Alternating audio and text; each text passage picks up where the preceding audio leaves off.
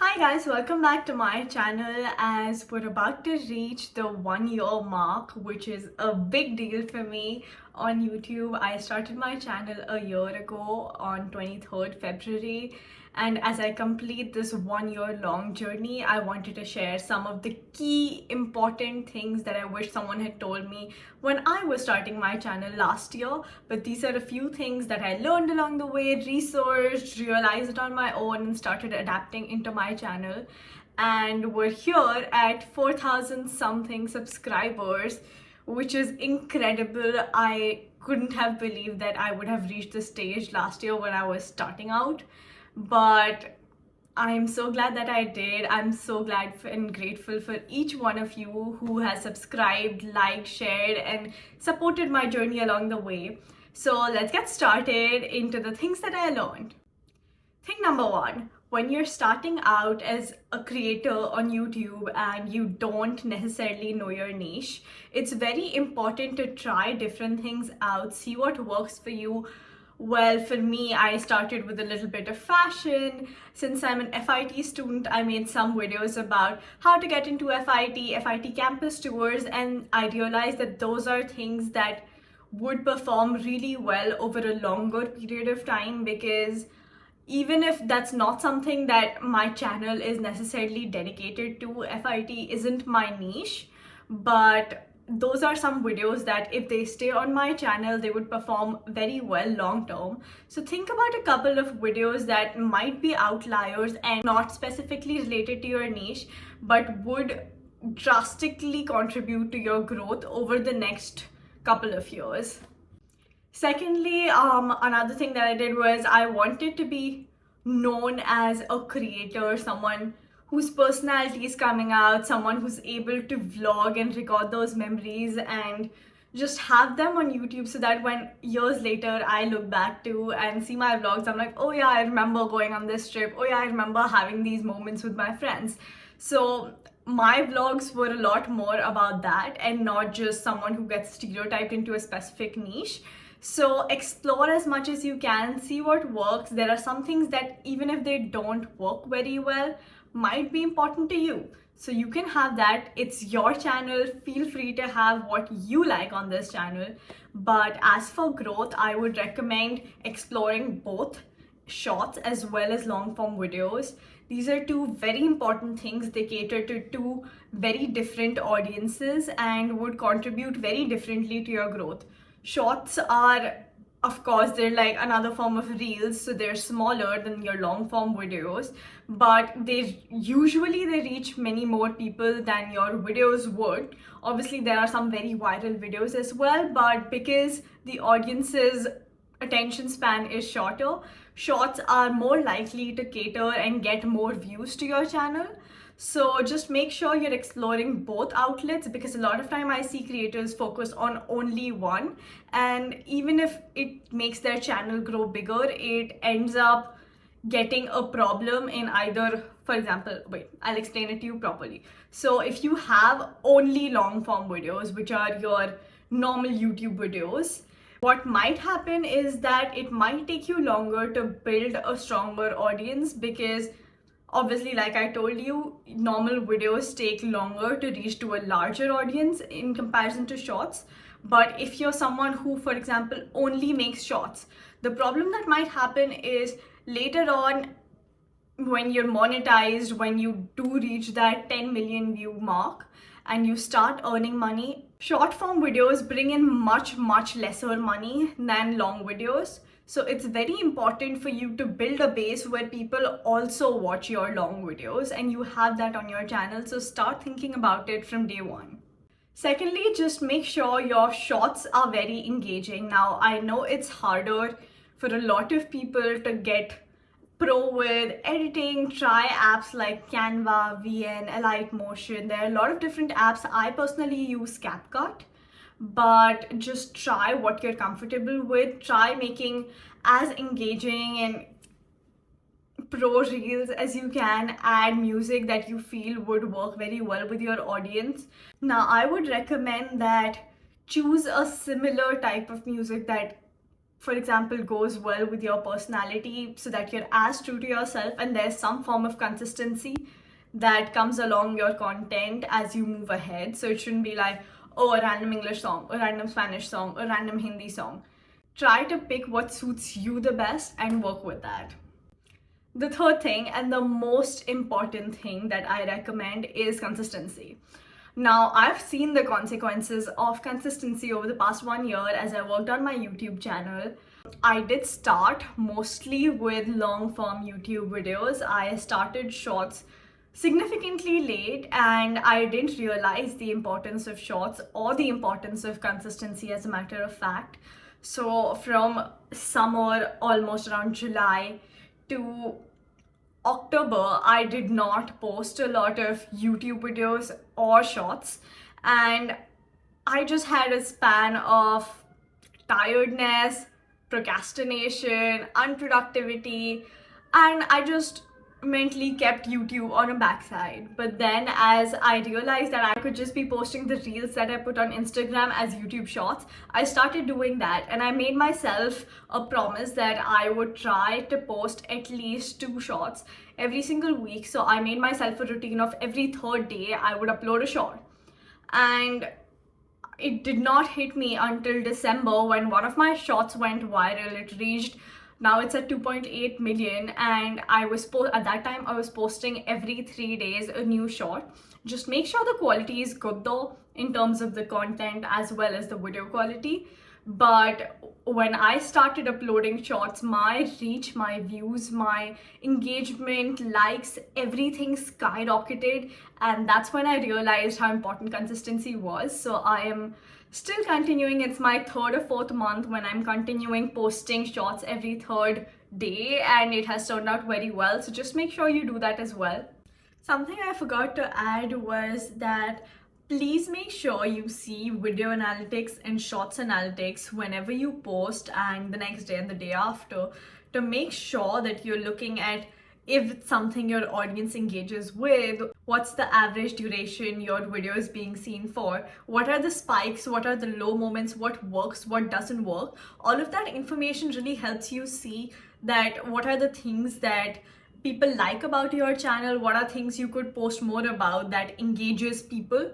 So that's just a very good starting point to make sure you're aware about what works for your channel and what will bring you the success and growth as you move ahead.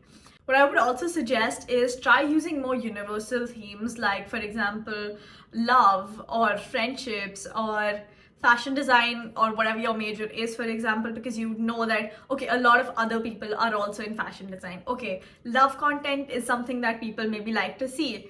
Brain rot friendship content, sure, everybody has friends, everybody wants to do something fun and stupid with them, and they might relate to that. So just focus on things that you feel can universally connect to a lot of people, or if your videos are able to add value to their lives by maybe giving out life advices, maybe answering questions about an area you have expertise or a lot of knowledge in, so it's able to help them with their own lives. That's something that you can do, or bring an entertainment value. So either or, but see what brings your audience to your channel and what keeps them there. It's very important for you to keep a check on your analytics and see how your channel is doing. Now, coming to the tools that I use for editing, primarily, as I mentioned, I use CapCut for all of my editing, from editing the video shorts to adding the little text in my videos. So CapCut has a lot of different fonts as well. To maintain consistency and a similar look to my videos, I always use the same font, which is Montserrat. It's one of my favorite fonts. I know it's kind of crazy to have a favorite font, but I hope you have one too.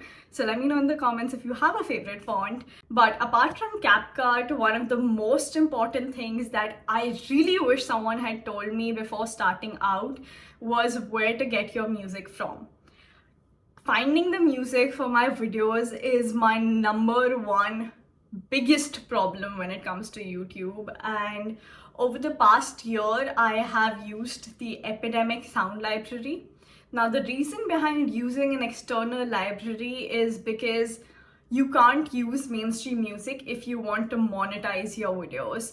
because you're gonna have copyright claim, and it doesn't reflect very well if as a new starting channel you have music copyright claims on your videos. It would also restrict your video from being shown in certain countries. So completely avoid that major red flag. Do not use mainstream music that you might be using for your shorts. It's fine for shorts because it's a part of the YouTube sound library, but you can use YouTube's copyright free music, or you can go to external music outlets like Epidemic that has a large variety of music from guitar tunes and their own songs. You can explore that out. It has a subscription. A lot of external libraries have subscriptions, but Epidemic is the one that I've been using, but it's still one of the biggest challenges. But just make sure you're not using mainstream music that might bring you copyright to your content.